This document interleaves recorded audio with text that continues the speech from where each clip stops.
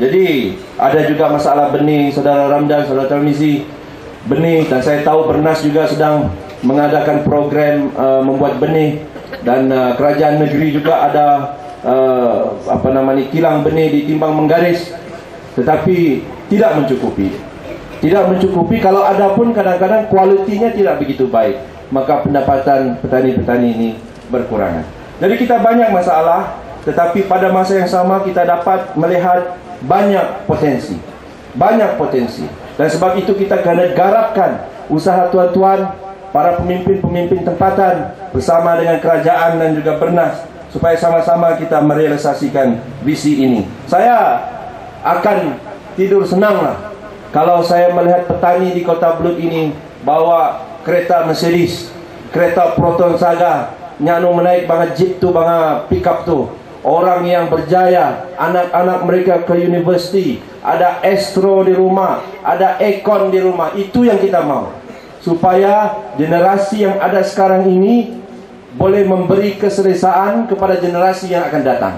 Dong kita waktu itu susah, anak ti pun susah, sampai semben kita itu boleh maju. Enu kami mesti pan bekerja somong ke kerajaan, bekerja somong kami ke Bernas, supaya somong-somong kita memperbaiki kehidupan kita. Jadi tuan-tuan dan puan-puan yang saya hormati sekalian, saya sebenarnya projek yang dijalankan oleh Bernas ini saya amat alu-alukan. Banyak iktibar yang kita dapat pelajari daripada proses membawa Seri Bajau ini ke dalam usaha sama dengan Bernas. Tetapi berkat usaha Saudara Haji Junaidi dan juga pegawai-pegawai Bernas, terutamanya pegawai-pegawai yang berada di Kota Kinabalu, yang sekian masa berbincang mencari jalan bagaimana untuk menjayakan program yang kita buat ini. Dan saya ucapkan tahniah. Saya tahu projek ini ada perintisnya yang melibatkan 500 ekar pada mulanya, hanya 96 petani di Kampung Kesapang dan Tambusi. Kita buat pelan-pelan waktu itu. Bernas tidak mau kasih besar-besar, tidak mau keluarkan dalam surat kabar, kerana ini adalah projek perintis.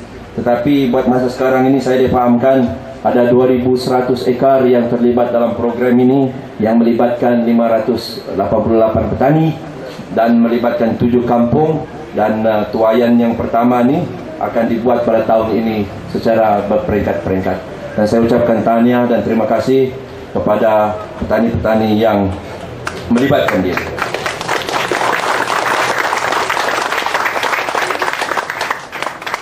Jadi tuan-tuan, kita ada projek padi komersial. Saya ingin membuat pembetulan sedikit di sini. Projek Jelapang Padi ini sebenarnya namanya tidak begitu betul. Sebenarnya program ini dipanggil program padi komersial. Kita tidak boleh gunakan nama Jelapang ini secara tepat, kerana apabila kita gunakan program Jelapang Padi Kota Belud, dia melibatkan technical problem dengan kod tanah negeri Sabah.